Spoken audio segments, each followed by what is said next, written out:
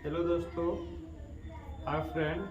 आज evening time में आप लोगों को ट्रायंगल जो चैप्टर है, मेरा छात्रवृत्ति जो चैप्टर 11 में है, उस पर आज हम लोग को डिस्कशन करना है, देखना है, समझना है कि ट्रायंगल क्या होता है, त्रिभुज क्या होता है, त्रिभुज में कितने विमाएँ होती है, त्रिभुज का परिमाप क्या होता है, त्रिभुज का क्षेत्रफल क्या होता है, त्रिभुज के तीनों भुजाओं का योग कितना होता है। तो हम लोग अब आएंगे बोर्ड के माध्यम से, हम लोग यहाँ आएंगे। सबसे बड़ी बात, ऊपर आपका टॉपिक लिखा हुआ है त्रिभुज। टॉपिक का मतलब होता है आपका विषय। क्या होता है? विषय होता है। टॉपिक का मतलब होता है विषय, और त्रिभुज को ट्राइएंगल भी बोला जाता है। और आज का जो क्लास चल रहा है वह मेरा छात्रवृत्ति कक्षा 8वीं क्लास के लिए बहुत इंपोर्टेंट क्लास है, जो बाई टुनटुन सर के माध्यम से चलाया जा रहा है। तो सबसे पहले हम लोग जानेंगे कि त्रिभुज जो हम लोग आकृति बना रहे हैं, या आकृति बना है त्रिभुज का, ठीक है। तो यह त्रिभुज का ए भुजा है, बी है, या क्या है, सी है। तो यह एक त्रिभुज हुआ। क्या हुआ बाबू? यह एक त्रिभुज हुआ, नहीं? अब आपसे कोई पूछेगा, यहाँ पर अगर लिखा रहेगा त्रिभुज और पोस्ट में लिखा रहेगा ट्राइएंगल लिखा रहेगा, और इसका डिफिनेशन हम लोग देंगे। तो इसका सरल डिफिनेशन है कि तीन सरल रेखाओं से घिरे समतल क्षेत्र को त्रिभुज कहते हैं। जैसे यहाँ से है, एक सरल रेखा हुआ, ये दूसरा हुआ, ये तीसरा हुआ। तो तीन सरल रेखाओं से घिरे समतल क्षेत्र को हम लोग क्या बोलते हैं? त्रिभुज बोलते हैं। तो इस तरह से भी जाएगा। तो इसका परिभाषा होगा तीन सरल रेखाओं से घिरे समतल क्षेत्र को त्रिभुज कहते हैं। अब यहाँ देखिए, त्रिभुज कहते हैं जैसे में, देखिए ये भी एक त्रिभुज हुआ, ठीक है। अब आगे देखिए, अब हम लोग क्या करेंगे, अब देखेंगे त्रिभुज का क्षेत्रफल क्या होता है। अब इसका कुछ सूत्र होता है, इसका कुछ क्या होता है, सूत्र होता है, जिसको हम लोग फॉर्मूला बोलते हैं। तो त्रिभुज का क्षेत्रफल क्या होता है, अब यहाँ देखिए, त्रिभुज का क्षेत्रफल होता है 1/2 गुने आधार गुने शीर्ष लंब होता है, शीर्ष लंब होता है। कोई सर है कि इसका फॉर्मूला लिखते हैं 1/2 गुने बी गुने ए लिखते हैं। अगर कोई सर लिखते हैं 1/2 गुने आधार गुना ऊंचाई लिखते हैं। इससे कोई फर्क पड़ने वाला नहीं है।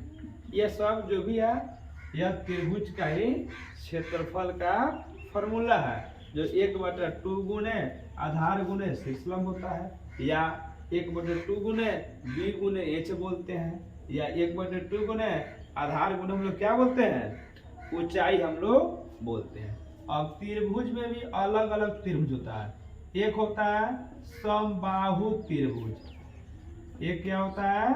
समबाहु त्रिभुज होता है। तो इसका समबाहु त्रिभुज होता है, तो इसका क्षेत्रफल हम लोग जानेंगे। समबाहु त्रिभुज का क्षेत्रफल हम लोग जानेंगे। तो √3/4a² होता है। कोई सर है जो लिख देंगे √3/4, आप भुजा स्क्वायर लिख देंगे। अदर कोई भी सर है जो लिख देंगे √3/4, आप भुजा गुने भुजा लिख देंगे। तो हम लोग यहाँ पर जाने कि त्रिभुज किसे कहते हैं। तो तीन सरल रेखाओं से घिरे समतल क्षेत्र को क्या बोलते हैं? त्रिभुज बोलते हैं, जो आकृति में दर्शाया गया हुआ। एक सरल रेखा ये हुआ, दूसरा हुआ, ये तीसरा हुआ, और इसी पार्ट को हम लोग त्रिभुज बोलते हैं। त्रिभुज का क्षेत्रफल का फॉर्मूला होता है 1/2 गुने आधार गुने शीर्ष लंब होता है, या 1/2 गुने बी गुने एच होता है, या 1/2 गुने आधार गुने भुजाई होता है। अब त्रिभुज में भी कई प्रकार का त्रिभुज होता है। अब आगे देखिए समबाहु त्रिभुज।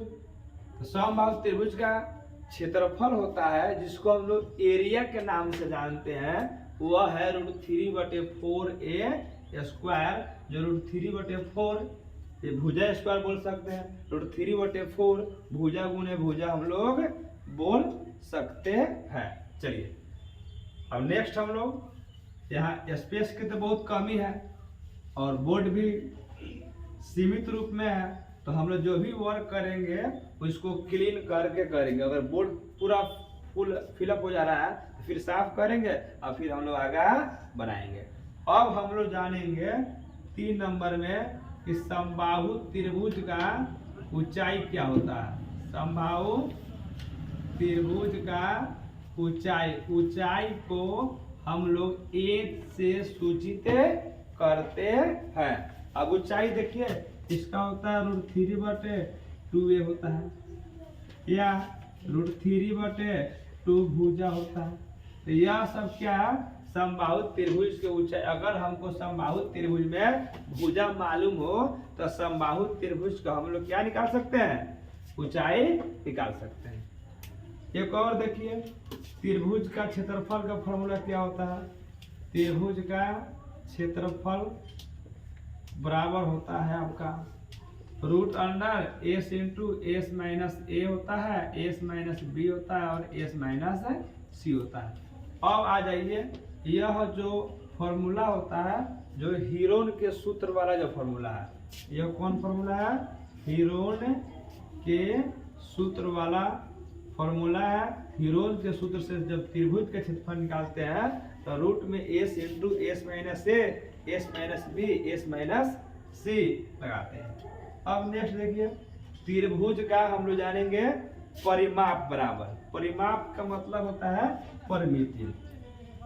तो त्रिभुज का परिमाप क्या होता है, ठीक है, तीनों भुजाओं का योग। क्या होता है बाबू, तीनों भुजाओं का योग होता है। इसी को हम लोग शॉर्टकट में लिख देते हैं a + b + c। बात सेम ही हुआ, तीनों भुजाओं का योग कहिए, या a + b + c।